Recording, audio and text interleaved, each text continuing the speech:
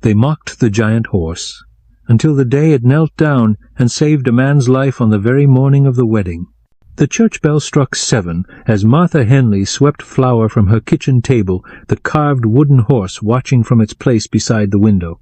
September light slanted through glass that needed washing, casting shadows across the pine boards her father had planed smooth 15 years ago, when they'd claimed this quarter section outside Millerville. She lifted the wooden horse, no bigger than her palm, and turned it toward the light.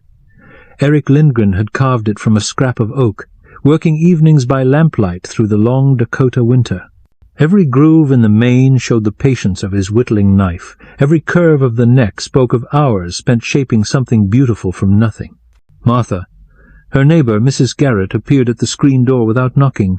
"That creature is in my vegetable garden again."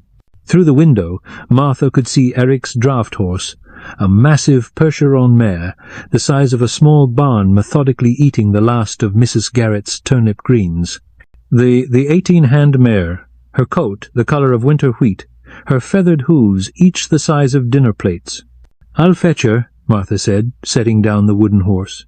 She stepped into the cool morning air, her boots squelched in the mud.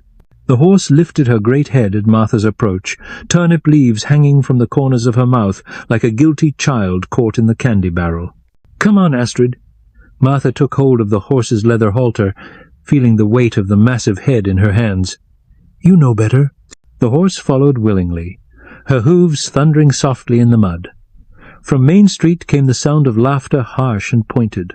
A group of men had gathered outside Kowalski's Mercantile, pointing and snickering at the sight of Martha leading the giant horse. "Look at the size of that beast," called out Tom Bradley, the bank manager. "What's a body supposed to do with a horse that big? Can't hardly fit through a barn door." "Eric Lindgren thinks he's running some kind of circus," added Pete Dawson, the telegraph operator. "Brought that horse all the way from Minnesota, I heard. Paid good money for it, too." Martha felt heat rise in her cheeks, but she kept walking. The horse's breath was warm on her shoulder, steady and calm despite the voices. "Waste of feed," someone muttered. "Horse that size could eat a man out of house and home." She led Astrid to the small paddock behind her house, where Eric had built a shelter large enough to accommodate the mare's exceptional height. The horse went willingly into the enclosure, immediately lowering her head to the water trough. The church bell chimed 8 times as Martha latched the gate. In 2 hours she would walk down Main Street in her grandmother's wedding dress, past the same men who mocked Eric's horse, past the women who whispered about his foreign ways and strange ideas. She touched the wooden horse in her apron pocket. In 2 hours she would become Mrs. Eric Lindgren, and this giant horse would be hers as much as his. But first she had to finish pressing her dress.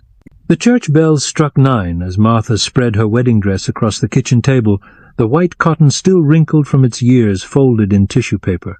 Her grandmother's dress had been worn once in 1863, before Grandpa shipped out to Gettysburg. Since then it had been carefully preserved in cedar and lavender. She heated the iron on the stove, testing its warmth with a damp fingertip. The sizzle told her it was ready. As she pressed the bodice smooth, she heard hoofbeats on the road, not the thunderous gait of Eric's Percheron, but the lighter rhythm of a standard saddle horse. Through the window she saw Dr. Morrison dismounting at the Garrett house, his medical bag in hand. Mrs. Garrett met him at her door, gesturing frantically toward her husband, who sat slumped on their front porch. Martha set down the iron and stepped outside. "Mrs. Garrett? Is Mr. Garrett well?" His heart, Mrs. Garrett called back, her voice tight with worry. "Started acting up again this morning. Pain in his chest. Can't catch his breath." Dr. Morrison was already examining the older man, pressing his stethoscope to his chest. Mr. Garrett's face was gray, his breathing shallow. "I need to get him to my office," the doctor said. "But my horse won't carry double, and the wagon's over at the Peterson farm." Martha looked at Astrid in the paddock. The giant horse stood calmly chewing hay, her broad back easily wide enough to carry 2 men. "Dr. Morrison," Martha called out, "what if we used Eric's horse?" The doctor looked up, following her gaze. "That monster? She's too big. How would we even get him up there?" But Martha was already unlatching the paddock gate. She approached Astrid with the wooden horse in her palm, holding it where the mare could see it. The horse lowered her massive head, nuzzling the carved figure with surprising gentleness. "She's gentle as a lamb," Martha said, "and she's strong enough to carry a grown man without strain." Dr. Morrison shook his head. "I don't know, Martha. That's a lot of horse." The church bell chimed 9:30. Martha's wedding was scheduled for 10 o'clock, but Mr. Garrett's breathing was getting worse. "Help me get him on her back," Martha said, leading Astrid from the paddock. "I'll hold her steady." It took all three of them working together, Dr. Morrison lifting, Mrs. Garrett supporting, and Martha steadying the horse, but they managed to get Mr. Garrett seated on Astrid's broad back. The horse stood perfectly still throughout the process, as if she understood the gravity of the situation. Martha handed the wooden horse to Dr. Morrison. "Show her this if she gets spooked. She's trained to it." "What about your wedding, Mrs.?" Garrett asked, suddenly realizing what time it was. Martha looked at her dress, still half-pressed on the kitchen table. "Mr. Garrett comes first." She watched as Dr. Morrison led Astrid down Main Street, Mr. Garrett swaying slightly but secure on the horse's back. From the mercantile she heard Tom Bradley's voice. "Well, I'll be. Look at that horse go. Smooth as silk." The church bell struck 10 times as Martha returned to her kitchen, alone. Martha sat at her kitchen table, her wedding dress half-pressed before her, listening to the church bell mark the hour she should have been married. Through the window she could see the small crowd that had gathered at street marks beginning to disperse, their Sunday-best clothes bright in the morning sun. She picked up the wooden horse from the table, turning it in her fingers. Eric had carved it during their long courtship, working on it by lamplight while she read aloud from her father's books, Shakespeare and Dickens and the agricultural papers that came by mail from Minneapolis. Each evening a little more of the horse emerged from the oak, as if it had been waiting there all along, footsteps on her porch. Martha looked up to see Eric in the doorway, still wearing his wedding suit, a dark wool coat he'd bought special from the catalogue, with a white shirt that made his blue eyes startling in his weathered face. "The service," he said simply, his accent making the words careful and precise. "People are asking." Martha set down the wooden horse. "Mr. Garrett took ill. His heart. Dr. Morrison needed Astrid to carry him to town." Eric's expression didn't change, but something shifted in his eyes. "And you gave her to him." "She was the only horse strong enough," Martha said. "The only one gentle enough." He stepped into the kitchen, removing his hat. His light hair was combed back with pomade, still neat despite the morning's events. "The wedding can wait. There will be other Sundays." "But people will talk," Martha said. "They're already saying we're strange, with your big horse and your foreign ways." Eric pulled out the chair beside her and sat down, his large hands resting on the table. "Let them talk. In Sweden we have a saying, 'The tree that grows tallest catches the most wind.' People mock what they don't understand." Through the window they could see Astrid returning, Dr. Morrison leading her at a walk. "Mister?" Garrett was no longer on her back, which Martha hoped was a good sign that he was stable enough to walk into the doctor's office under his own power. "She's a good horse," Martha said, watching Astrid's steady gait. "She is more than that," Eric said quietly. "In the old country they bred horses like her for the kings, strong enough for knights, gentle enough for children. When I bought her, the seller told me she had what they call the noble heart." He reached across the table and took Martha's hand. "I see the same heart in you." The wooden horse sat between them on the table, its painted eyes catching the light.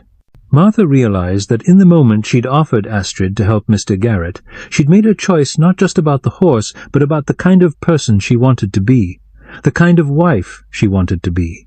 "The dress is only half-pressed," she said. "Then we'll finish it together," Eric said. "And when you're ready, we'll try again." Through the window they watched, as Mrs. Garrett came running from the direction of town, her face bright with relief. She waved toward Martha's house, calling out news they couldn't quite hear from inside. But Martha understood. The horse had helped save her neighbor's life, and sometimes that mattered more than what people said. The church bell chimed 11 as Mrs. Garrett burst through Martha's screen door without knocking, her face flushed with running. "He's going to be fine," she gasped, pressing a hand to her chest. "Dr. Morrison says it was just strain, not his heart giving out." And Martha, That horse of Eric's, she was steadier than any trained medical horse he's ever seen. Eric stood from the table, relief visible in the set of his shoulders. "This is good news." "More than that," Mrs. Garrett continued, catching her breath. "Half the town saw how calm she was, how careful. Tom Bradley from the bank was saying he's never seen such a gentle giant. Said maybe there's more to that horse than meets the eye." Through the window, Martha could see Astrid in the paddock, methodically working her way through a pile of hay. The morning's emergency seemed not to have affected her at all. "There's something else," Mrs. Garrett said, lowering her voice. "Pete Dawson at the telegraph office just got word from Minneapolis. Big storm coming down from Canada. Worst blizzard in 10 years, they're saying. Expected to hit tomorrow night." Eric's face grew serious. "How bad?" "Bad enough that they're calling all the farmers in from their outlying claims. Doc Morrison's worried about folks getting caught in the open." "Mrs."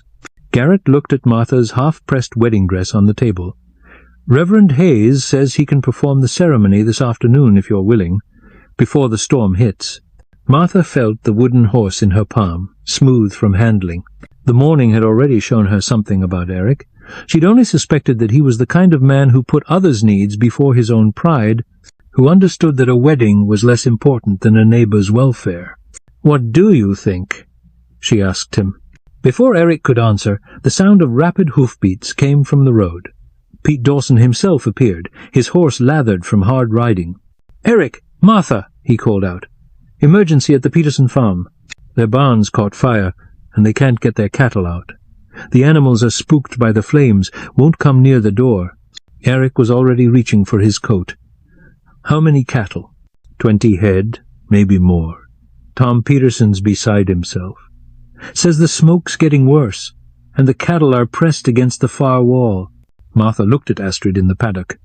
The horse was watching them with interest, as if she sensed something important was happening. "Astrid could help," Martha said suddenly. "Cattle trust horses, especially calm ones. If Eric rode her into the barn, led the cattle out." "That's a powerful, dangerous idea," Pete said. "Fire and spooked cattle." "She's been trained for heavy work," Eric interrupted, understanding immediately. "In Minnesota, we used horses like her for timber rescue. She won't spook." The church bell struck 11:30. Martha made a decision that surprised even her. "Go," she said to Eric. "Take her. I'll finish pressing my dress and meet you at the church when you get back." Eric looked at her with something like wonder. "You're certain?" "I'm certain." She handed him the wooden horse. "Show her this if she needs calming. And Eric, be careful." He leaned down and kissed her forehead, a promise and a blessing combined. "When I come back, we'll be married before this storm hits." Martha watched as he led Astrid from the paddock and swung up onto her back with surprising grace for such a large horse. They rode toward the Peterson farm at a ground-covering lope, Eric's wedding coat dark against the horse's wheat-colored hide. The church bell chimed noon as Martha turned back to her wedding dress, knowing she was marrying exactly the right man. The church bell was striking 2 o'clock when Martha heard the thunder of hooves on Main Street. Through her kitchen window, she saw Eric riding Astrid toward town, both of them covered in soot but moving steadily. Behind them came Tom Peterson on his own horse, and behind him a line of cattle walking calm as Sunday churchgoers. Martha smoothed her pressed wedding dress one final time and pinned her grandmother's veil to her hair. The torn edge caught the afternoon light, but she'd mended it with careful stitches that morning. Some repairs, she'd learned, made things stronger than they'd been before. She was pinning the wooden horse to her bodice as a brooch when Mrs. Garrett appeared at her door again. "Martha, honey, you need to see this." Outside, a crowd had gathered on Main Street. Not the mocking voices from the morning, but something different, people pointing and talking in tones of genuine admiration. Martha could see Tom Bradley from the bank shaking Eric's hand, and Pete Dawson taking notes as if he meant to telegraph the story to Minneapolis. 20 head of cattle, Mrs. Garrett was saying as they walked toward the church. Eric rode that horse right into the burning barn, calm as you please. The cattle followed her out like she was leading a parade, Tom Peterson saying she saved him from bankruptcy. At the church steps, Martha could see Reverend Hayes in his black coat, prayer book in hand. A small crowd had gathered, not just the usual wedding attendees, but half the town, drawn by the story of the horse that had helped save 2 emergencies in one day. Eric dismounted from Astrid and walked toward Martha, his wedding suit smoky but his blue eyes bright. In his hand he carried the wooden horse. "I believe this belongs to you, Mrs." "Lindgren to be," he said, loud enough for the crowd to hear. "Not yet," Martha replied, smiling. "But soon." The crowd parted as they walked toward the church, Martha's white dress bright against the afternoon shadows. But as they reached the steps, she heard the distant rumble of thunder. Not the ordinary thunder of summer storms, but something deeper, more ominous. "Storm's coming faster than expected," Reverend Hayes said urgently. "We'd best get you 2 married quick, before it hits." Inside the church, the ceremony was brief but complete. Martha spoke her vows with the wooden horse pinned to her dress, Eric's voice steady as bedrock when he promised to love and protect her. When Reverend Hayes pronounced them man and wife, the whole congregation erupted in genuine celebration. But as they stepped outside, the first snowflakes were already falling. "Blizzard's here," Pete Dawson called out from across the street. "Gonna be a bad one." The wind was picking up, and Martha could see the concern in people's faces. In a Dakota blizzard, people could get lost between their front porch and their barn. Neighbors could freeze to death 100 yards from safety. "Folk need to get home," Eric said, and fast. But as they watched, old Mr. Garrett stumbled on the church steps, still weak from his heart episode that morning. "Mrs."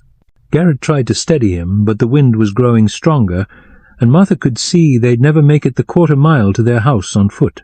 Without hesitation, Eric brought Astrid to the church steps. The big horse knelt, lowering herself, so that Mr. and Mrs. Garrett could climb onto her back. "She kneels?" Martha asked, amazed. "Trained her myself," Eric said with pride, "for loading heavy timber." The crowd watched in wonder as the giant horse rose smoothly to her feet, carrying the elderly couple as gently as if they were made of glass. Eric walked beside her, guiding her through the increasing snow toward the Garrett house. Martha followed, her wedding dress bright against the darkening sky. Behind them came half the town, all of them understanding they were witnessing something remarkable, not just the marriage of Martha Henley and Eric Lindgren, but the acceptance of something they'd mocked that morning. At the Garrett house, Astrid knelt again, letting her passengers dismount safely at their front door. As the couple disappeared inside, Tom Bradley stepped forward from the crowd. "Eric!" he called out over the wind. "That's the finest horse I've ever seen." "Noble as a knight's charger." "She is what she is," Eric replied simply, "strong and gentle and true." Martha felt the wooden horse against her heart, warmed by her body through the wedding dress. As Eric helped her onto Astrid's back for the ride home, she understood that some things couldn't be judged by their size or strangeness. Some things had to be measured by their heart. The giant horse carried them home through the beginning blizzard, steady as a ship in storm, patient as love. The blizzard raged for 3 days, but Martha and Eric weathered it snug in their small house, with Astrid safe in her oversized shelter. When the snow finally stopped and the sun came out, they found a changed world, not just the white-covered landscape, but something different in how their neighbors looked at them. Tom Bradley came by on the 4th day with a business proposition. The railroad was looking for reliable freight horses, and he'd recommended Astrid for a trial contract. Good money, he said, for a horse that could handle heavy loads without spooking. Mrs. Garrett brought them a basket of preserves and a formal apology for her husband's harsh words about foreign ways and circus horses. She'd seen with her own eyes, she said, what kind of heart beat in that big chest. Martha kept the wooden horse on her kitchen windowsill, where it caught the morning light. Some evenings she'd hold it while Eric told her stories of Sweden, of the great horses that carried kings, and the careful hands that carved their likenesses from oak and memory. The town had mocked the giant horse, but in the end she'd knelt to the bride and carried her home, carried all of them home in one way or another to a place where size mattered less than heart, and strangeness was just another word for strength they hadn't learned to recognize yet. If you'd like more stories like this, stay a while, I'll tell the next one tomorrow night.